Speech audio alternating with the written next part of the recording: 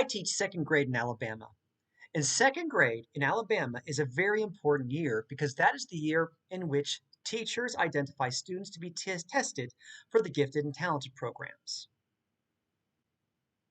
Different schools test in different ways, but there is one problem that we have seen over the past 40 years, and that is there is a severe underrepresentation of students from lower socioeconomic status in these programs. So the purpose of my study is to prove that those students who qualify for free and reduced lunch programs are severely underrepresented in the gifted and talented programs across the state and determine if educating the teachers and the parents can alleviate this disparity. So this proposal will identify the ties between a student's socioeconomic status and whether or not they get referred for gifted and talented services. Now, testing for gifted and talented can vary wildly from state to state, city to city, district to district, and even school to school. There is no standardized method for testing a student for gifted and talented programs. So most of the time, it's just left up to the teacher to decide whether or not they think the student is gifted and talented. And what we find over the course of many, many studies is that students who are from those lower socioeconomic statuses and are severely underrepresented in these programs are constantly left out because the teachers are only looking for one specific thing. Most of the time, they're looking at those students who make very, very good grades, who have a high aptitude, who are constantly striving to be better and to be the best in the class. And as we know, not all gifted and talented students are going to act that way. So without proper education, these students who have other challenges and who have other problems will be constantly overlooked and underrepresented in these programs. So the idea that students who are from the lower socioeconomic range are going to be underrepresented in gifted and talented programs has been a known problem for many years, at least 40 years from my research. Now, what we see is that students who come from poverty, regardless of their race, creed, or culture, are going to be underrepresented. Just a snapshot of just one little study right here. You see right here, these are children from lower socioeconomic areas. As you see, they are that across the board, they are very, very low, especially anybody who's not Asian. Asians are still close. They're at 10%, which is a substantial amount better than any of the other races. But that has a lot to do with stereotypes, not so much individual intelligence. Now, when you compare that with this information about students, when you take out the lower socioeconomic status, at the difference, how the Asians rise from 10 to 20%, Hispanic and white students go from 5% all the way up over 10% for some. The only one that still stays low is Black students, which is a whole other problem that we need to address separately.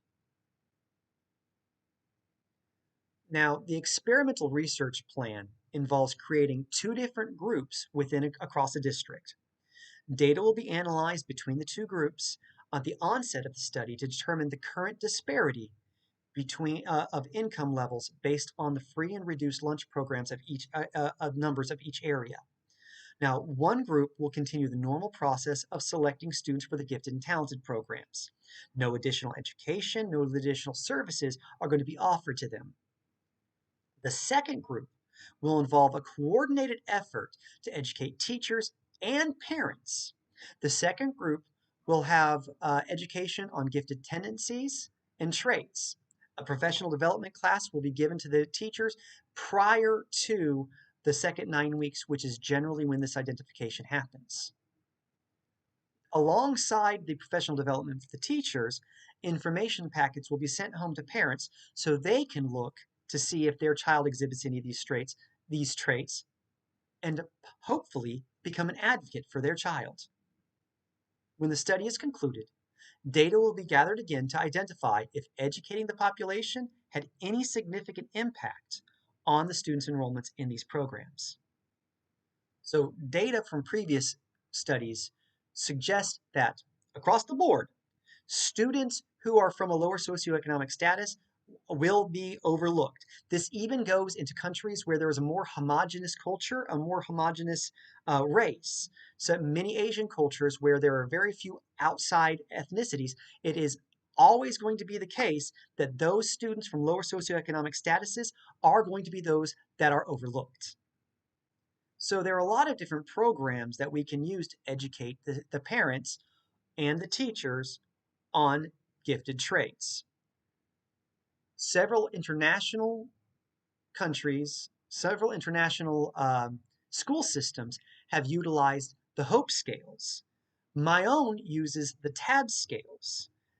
So I'm actually going to be focusing more on TABS than Hope because it is one of the ones that I'm more familiar with. Now, TABS is Traits, Aptitudes, and Behavior Scale. What it does is it shows a gifted trait, and then it will show positive and negative traits that go along with this. For instance, when we see motivation right here, motivation, we normally look for these positive attributes, enthusiasm, self-motivated, but we often overlook these students who have these challenging behaviors, strong-willed, resist direction, challenges authority. Most of the time, we look at these students and we go, no, they don't behave well enough to be a gifted student. But that's not always going to be the case with gifted. Gifted can exhibit itself in several different ways. So my plan is to have the district divided into two groups with similar populations. In the first group, teachers will be expected to identify those students they believe should qualify for gifted testing without extra training about on what constitutes a gifted child or what traits they should look for. After the referrals have been gathered, data will be cross-referenced with those students who are enrolled in the free and reduced lunch programs to analyze the correlation between their socioeconomic status and whether or not they were recommended for the gifted program. Now, in my district, over half of the students, 52%, qualify for free and reduced lunch. This is not reflected at all in those students that are referred for gifted and talented testing. So what we're going to do is we're going to take from these lower socioeconomic schools, and two schools with comparable demographics will be selected at the beginning of the study. These students will be identified as having free and reduced lunch and not having free and reduced lunch. The sampling technique will be used as stratified sampling. The method is stratified to correctly identify and isolate these individuals to better understand the impact on the specific population. We are specifically looking at these students with a lower socioeconomic background, but we'll still need to identify those students from more affluent backgrounds as well, so we can have a comparison within and between the schools. Now, to protect anonymity, the students will be assigned a random number to go along with their socioeconomic status and their referrals for testing. No outside body will be given access to this information, and the data will only be kept by the project manager. No identifying information will be shared with individuals, only the anonymous statistics that correspond with the study.